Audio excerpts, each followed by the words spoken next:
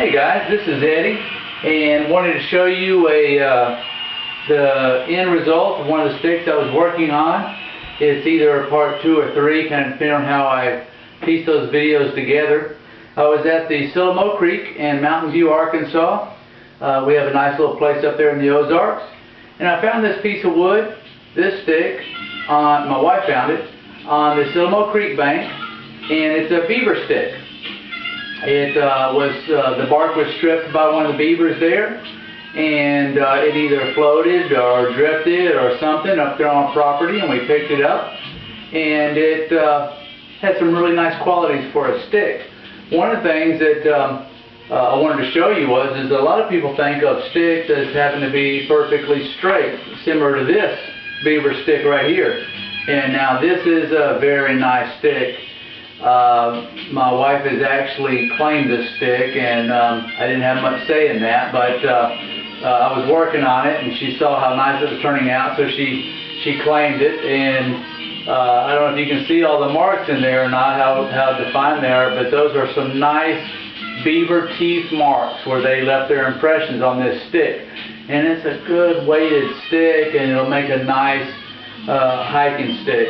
It's probably not a bad survivor stick if I were to ever want to bore, this end out or this end out and put supplies in. It's nice and straight. But I showed you that in comparison, in contrast to this one, which is not straight at all. In fact, it's got a nice, good curve here, and I don't know the degrees of curve, but they're pretty good in this stick right here. But what I want to show you was, I think the range of my camera will show this, is that from the placement where I put my hand, here is a comfortable walking position, if I were standing, of course, to the point of where the stick strikes the ground or makes contact with the ground. These two lines are absolutely straight. So it doesn't matter how curved your stick is, if the point of where you hold your hand and the point in where the stick strikes the ground are, perpendicular to the surface of the ground, it's a good stick to work with. Now you might have some super, like a Rudy stick that has some super back and forth switchbacks in it. May not be good. I don't know. I found a couple that were not good. But one way to test is, this is a carpenter's plumb bob, and I just pulled this out of my old tool belt. And you can pull this up and hold it about where your hand would be. And I'm going to lower this down nice and easy, and show you. Lift it back up. It's on the ground. Lift it back up. Where that rests.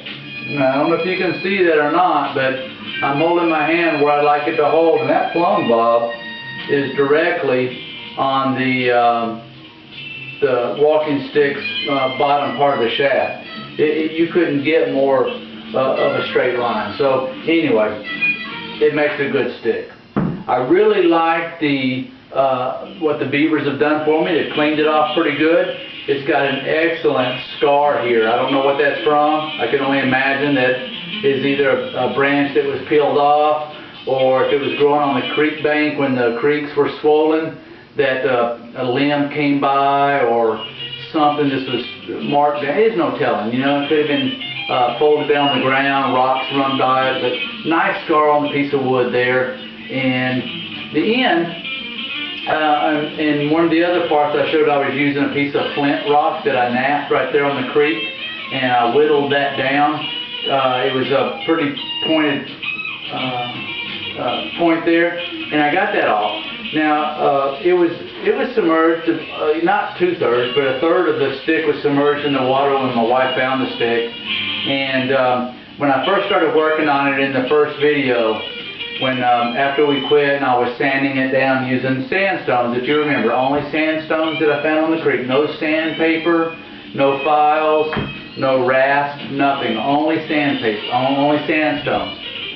Well, after it dried, the end split, and it was a bad split. In fact, I haven't worked with a hiking stick that was as bad as this. I've worked with some where I've used super glue in it to fill in the crack to keep it from growing, but none that actually widened up. This was 3/8 to a half an inch thick, and it's split in about 4 inches up from the bottom.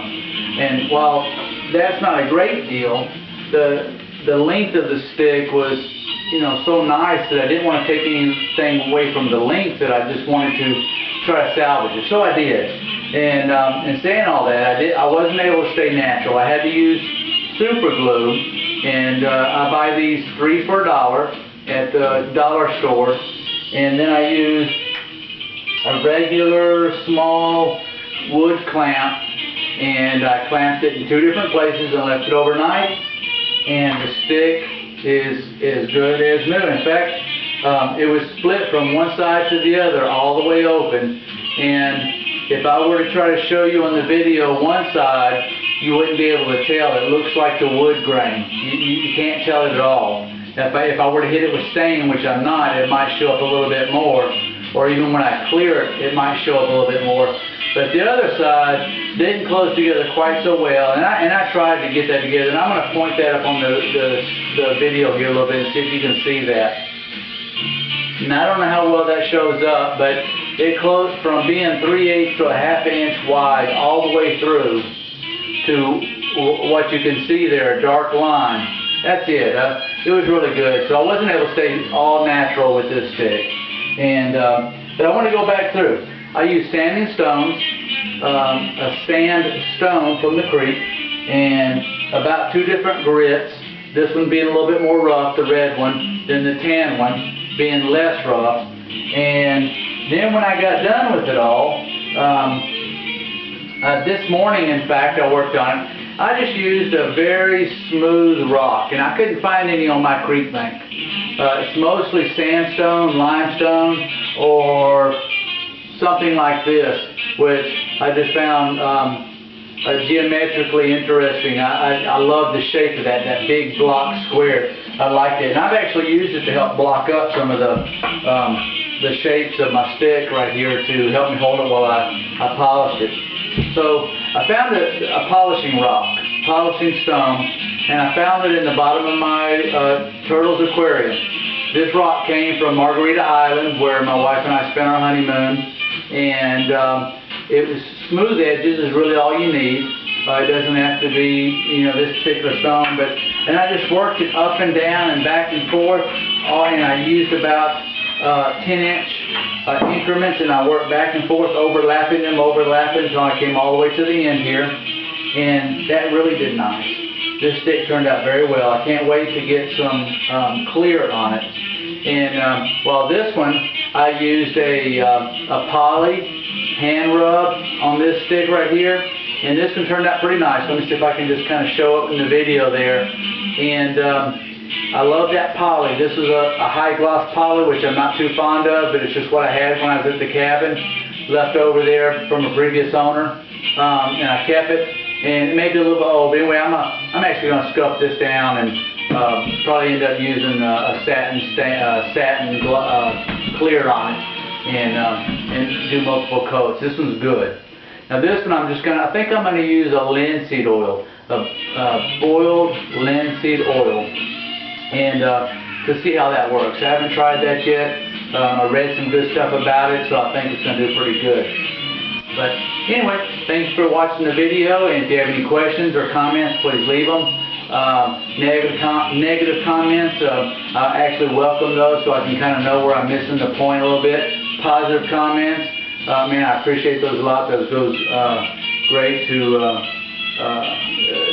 encouraging me to do more. So you guys have a great one, and I'll talk with you all soon. Thanks.